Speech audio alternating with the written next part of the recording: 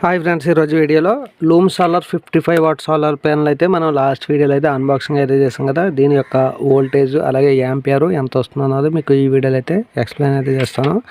దానికోసం మీరు ఒక మల్టీమీటర్ని అయితే యూజ్ చేయవలసి ఉంటుంది. అలాగే మనకు బ్యాక్ సైడ్ ఒక జంక్షన్ బాక్స్ ఉంటుంది. జంక్షన్ బాక్స్ ఉన్న క్యాప్ ఓపెన్ చేయండి. నేను ఆల్రెడీ దీని యొక్క క్యాప్ని అయితే ఓపెన్ చేశాను.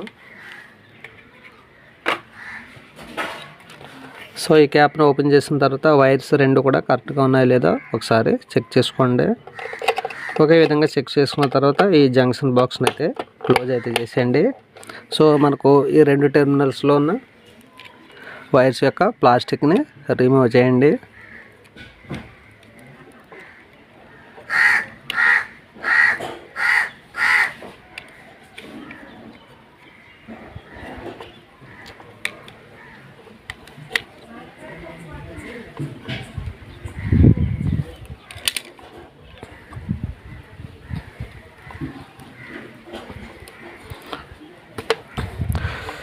ఓకే, రెండు వైర్స్ని రిమూవ్ చేసిన తర్వాత మల్టీమీటర్ని మీరు DC 20లో చెక్ చేసుకోవాలి. ముందుగా మనం వోల్టేజ్ అయితే చెక్ చేస్తున్నామండి.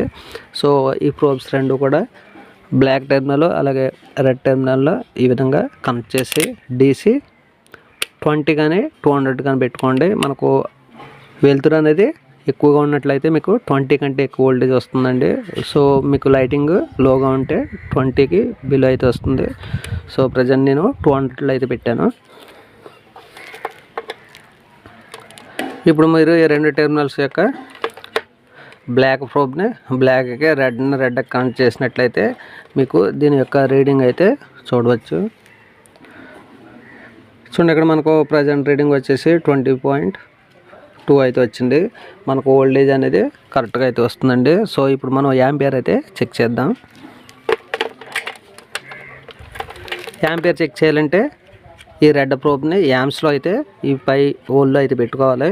అలాగే ఇక్కడ మనకు DC 10 యాంప్ అని ఉంటుంది. ఇక్కడ 10 యాంప్ అని ఉంది కదా, దీన్ని సెలెక్ట్ అయితే చేసుకోండి. సో ఈ విధంగా సెలెక్ట్ చేసుకున్న తర్వాత సేమ్ యథావిధిగా బ్లాక్ ప్రోబ్ని బ్లాక్ కనెక్ట్ చేయండి. అలాగే రెడ్ వైర్ని రెడ్ ప్రోబ్కి కనెక్ట్ అయితే చేసినట్లయితే దీని యొక్క యాంప్ అయితే వస్తుంది. ప్రజెంట్ మనకు 0.30 యాంప్స్ అయితే వస్తుంది. సో ప్యానల్ అనేది మనం రివర్స్లో ఉండటం వల్ల దీని యొక్క యాంపియర్ అనేది తక్కువ వస్తుందండి. సో దీని ప్యానల్ అయితే మనం వెలుతురు తగిలే విధంగా ఫిక్స్ చేద్దాం.